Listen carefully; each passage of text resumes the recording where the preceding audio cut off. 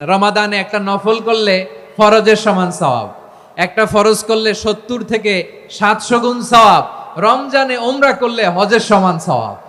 রমাদান যে আসতেছে আপনাদের ভাল লাগে? হ্যাঁ, রমাদান নাম শুনলেই মুমিন হৃদয়ে বয়ে যায় প্রশান্তির ফল্গু ধারা, ঠিক কিনা? একটা আনন্দ, একটা উচ্ছ্বাস আমাদের হৃদয়ের মধ্যে চলে আসে। রমাদান সাইয়্যিদুশ শুহুর, 12 মাসের মধ্যে সবচাইতে শ্রেষ্ঠতম মাস রমাদান আল মুবারক আসছে।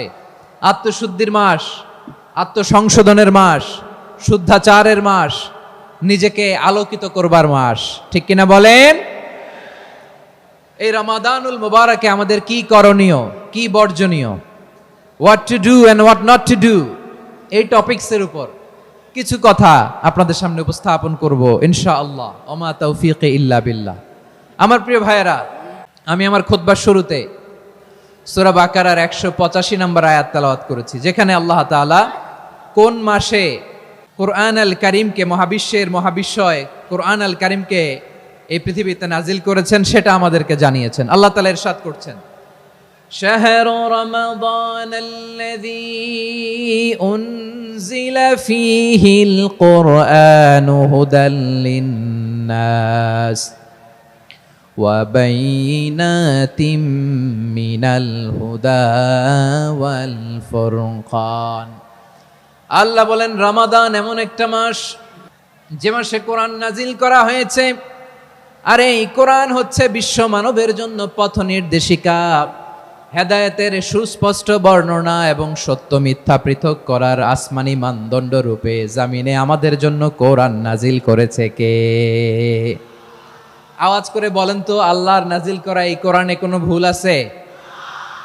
সবাই বলেন নাই। সবাই বললে এতটুকু আওয়াজ হয় আমি বিশ্বাস করি না। গলা ছেড়ে দিয়ে বলেন, আল্লাহর নাজিল করা এই সর্বশেষ আসমানি কিতাব আল কোরআনে কোনো ভুল আছে?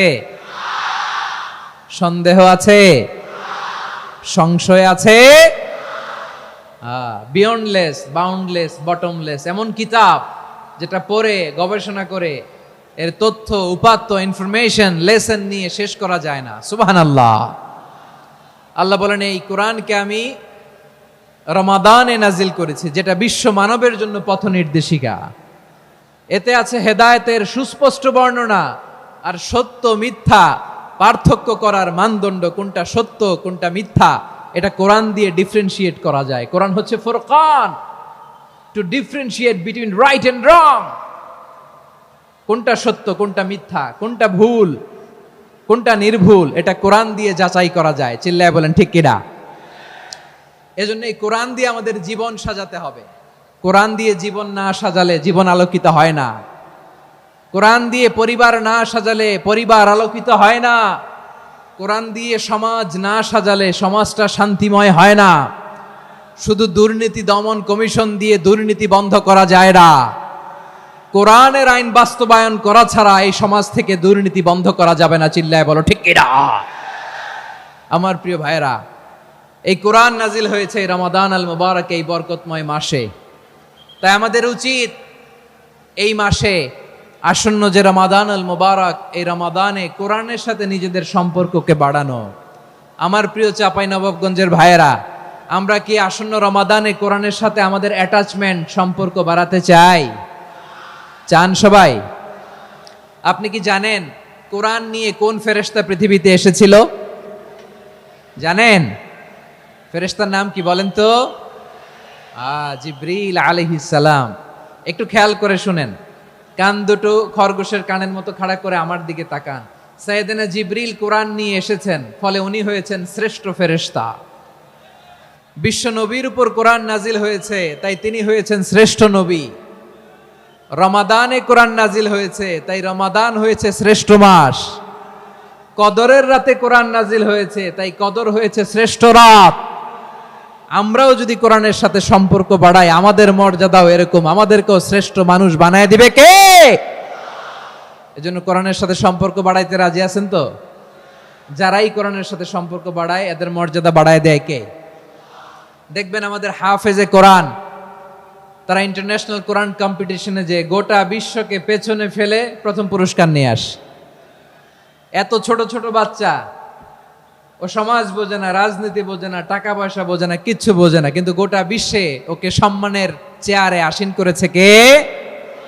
এই কোরআনের সাথে লাগলে আল্লাহ তাআলা সম্মান বাড়িয়ে দেয়। আমার প্রিয় ভাইয়েরা, আসুন আমরা আলোচনার শুরুতেই শপথ নেই যে আসন্ন রমাদানে আমরা কোরআনের সাথে নিজেদের সম্পর্ককে মজবুত করব ইনশাআল্লাহ।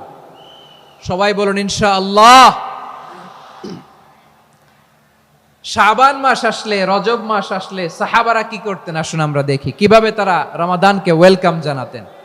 রজব শাবান আসলেই ওনারা রমাদান পর্যন্ত পৌঁছার আকুতি, আগ্রহ আর ফরিয়াদ আল্লাহর কাছে জানাতেন আর বলতেন, ইয়া আল্লাহ, রমজান পর্যন্ত আমাদের হায়াত বাড়িয়ে দাও। আল্লাহুম্মা বাল্লিগনা রমাদান, আল্লাহ তুমি রমজান পর্যন্ত আমাদের পৌঁছে দাও। আল্লাহুম্মা বারিক লানা ফি রজব ওয়া শাবান ওয়া বাল্লিগনা রমাদান, আল্লাহ রজব শাবানে বরকত দাও, আল্লাহ রমজান পর্যন্ত তুমি আমাদেরকে পৌঁছে দাও। আওয়াজ করে পড়েন আমিন। আমার প্রিয় চাঁপাইনবাবগঞ্জের ভাইরা, গত বছর অনেকের সাথে আমরা একসাথে রমাদান কাটিয়েছি, তাদের অনেকে দুনিয়াতে এখন বেঁচে নাই, এরকম আছে না নাই? এই যে আরো 7 দিন বাকি রমাদান আসতে, এই 7 দিন পর্যন্ত আমরা রমাদান পাবো, কোনো গ্যারান্টি আছে? আচ্ছা, এই বছর যদি খুশনসিব হয় আমাদের, আমরা যদি পাই, আগামী বছরও যে রমাদান আমরা পাবো, কোনো গ্যারান্টি আছে? তাহলে আসুন আমরা ভেবে নেই, হতে পারে this Ramadan could be the last and final Ramadan in our life. হতে পারে এই রমাদানই হতে পারে আমার জীবনের শেষ রমাদান। ঠিক কিনা বলেন?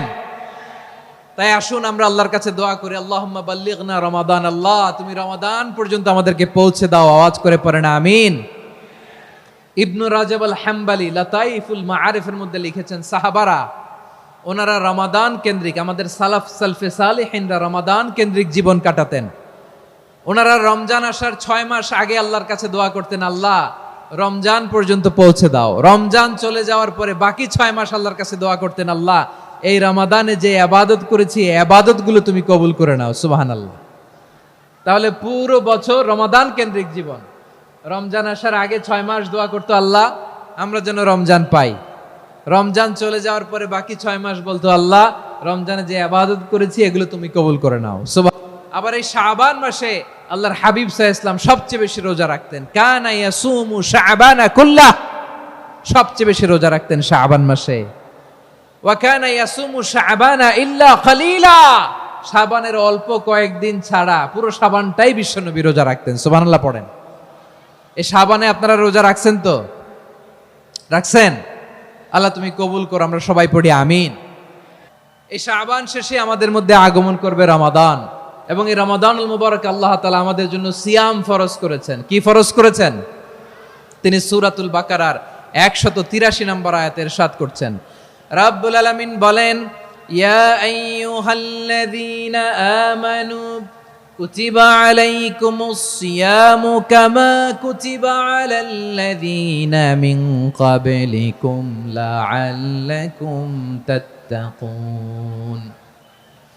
আল্লাহ বলেন, ও বিশ্বাসীরা শোনো শোনো, তোমাদের জন্য সিয়ামকে ফরজ করা হয়েছে, ঠিক যেমন ভাবে তোমাদের পূর্ববর্তী উম্মতদের উপরও সিয়ামকে ফরজ করা হয়েছিল, লাআল্লাকুম তাত্তাকুন, যাতে করে তোমরা সবাই মুত্তাকি হতে পারো।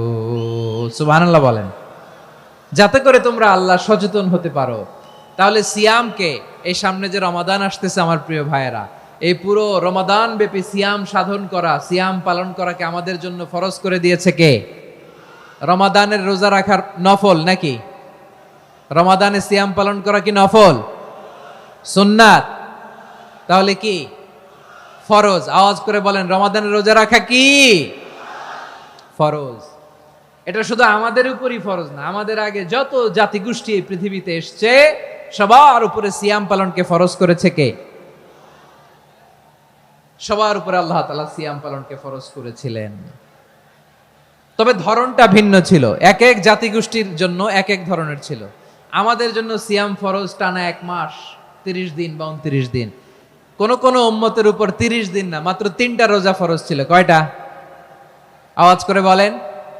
আপনাদের কি মনোযোগ আছে না গেছে? মনোযোগ আছে? তাকবীর পড়েন তো, লিল্লাহে তাকবীর। আমাদের 1 মাস সিয়াম ফরজ, পূর্ববর্তী অনেক উম্মতের উপর এক মাস ছিল না, 3টা ফরজ ছিল। কয়টা? প্রতি মাসের 13, 14, 15 ফরজ ছিল তাদের জন্য। কারো জন্য শুধু একটা, আশুরার রোজা। কোন কোন উম্মতের জন্য 10টা। কোন কোন উম্মতের জন্য রোজা ফরজ ছিল মৌনতার রোজা, আরবিতে বলে সৌমুল ইনসাত, মানে সারাদিন খেতে পারবে, পান করতে পারবে, স্ত্রীর সাথে মেলামেশা করতে পারবে, কিন্তু কথা বলতে পারবে না। কথা বললেই তাদের রোজা ভেঙে যেতে। পড়েন সুবহানাল্লাহ।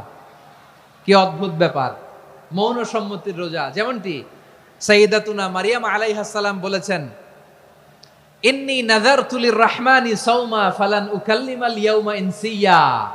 তিনি বলেছেন, আজকে আমি রহমানের জন্য, মানে আল্লাহর জন্য রোজা মানত করেছি, আজকে আমি কারোর সাথে কথা বলতে পারবো না। তো রোজা রাখলে কথা বলতে পারবে না কেন? কারণ ওই শরীয়তে রোজার বিধান ছিল সকাল থেকে সন্ধ্যা খেতে পারবেন, পান করতে পারবেন, কিন্তু কথা বলতে পারবেন না। কথা বললেই রোজা ভেঙে যেত। সুবহানাল্লাহ বলেন।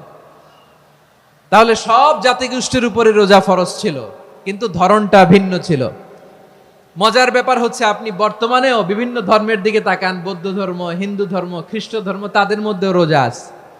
ইংরেজরা, খ্রিস্টানরা এটাকে বলে ফাস্টিং। কি বলে? ফাস্টিং। আমাদের হিন্দু ভাইয়েরা বলে উপবাস। তারা কি বলে? উপবাস। আবার এখন আন্দোলনেরও একটা মাধ্যম হয়েছে এটা, না খেয়ে থাকা। এটারে বলে অনশন। এটারে কি বলে?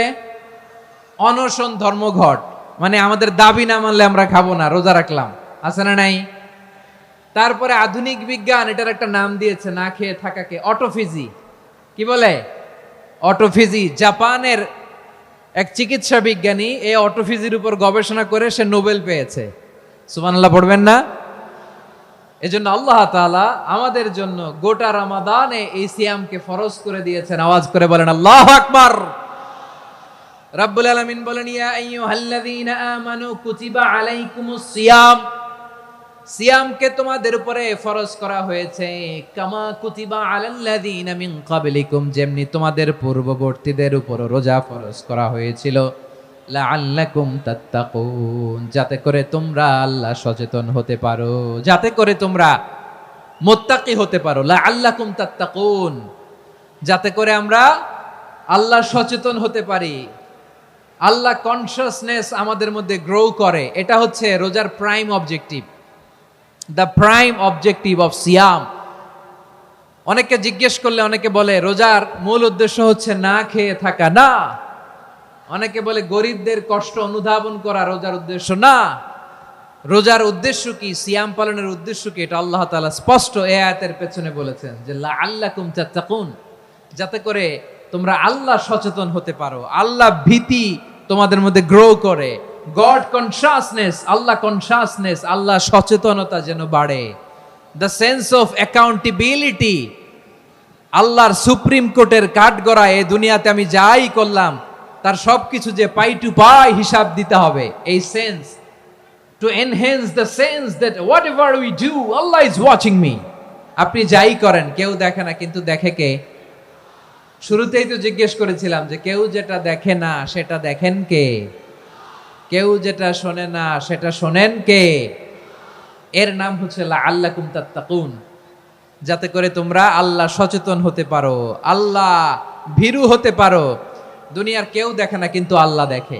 এটাই রোজার মূল শিক্ষা। আমার প্রিয় ভাইরা, আপনি লুকিয়ে লুকিয়ে ঘরের ভেতরে অন্যায় করেছেন, পাপ করেছেন, আপনার বাবা দেখে নাই, মা দেখে নাই, স্ত্রী দেখে নাই, কিন্তু দেখেছে কে? আল্লাহর চোখ ফাঁকি দেয়া যায়? আচ্ছা, বুঝে থাকলে বলেন তো, সিসি ক্যামেরার চোখ ফাঁকি দেয়া যায় কি যায় না? পুলিশের চোখ, র্যাবের চোখ, বিমানবন্দরে কাস্টমস অফিসারের চোখ, কিন্তু আমার আল্লাহর চোখ? সবাই বলেন, আল্লাহর চোখ ফাঁকি দেয়া যায়?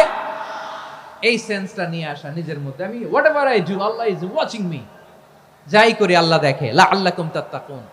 রমাদানের রোজা, ইফতারি, সিয়াম, ইবাদত সব কিছুর মধ্য দিয়ে আপনাকে খেয়াল করতে হবে যে লাআল্লাকুম তাত্তাকুন এই স্ট্যান্ডার্ড এটা অ্যাচিভ হচ্ছে কিনা আমাদের, যাতে করে তোমরা মুত্তাকি হতে পারো, আল্লাহ ভীরু হতে পারো। তাকওয়া, এটা হচ্ছে the essence of Islam. What is তাকওয়া? তাকওয়া মানে কি? তাকওয়ার সংজ্ঞা অনেকে অনেক ভাবে দিয়েছেন। আমি সরাসরি সাহাবাদের কাছ থেকে একটা সংজ্ঞা আপনাদের শোনাচ্ছি।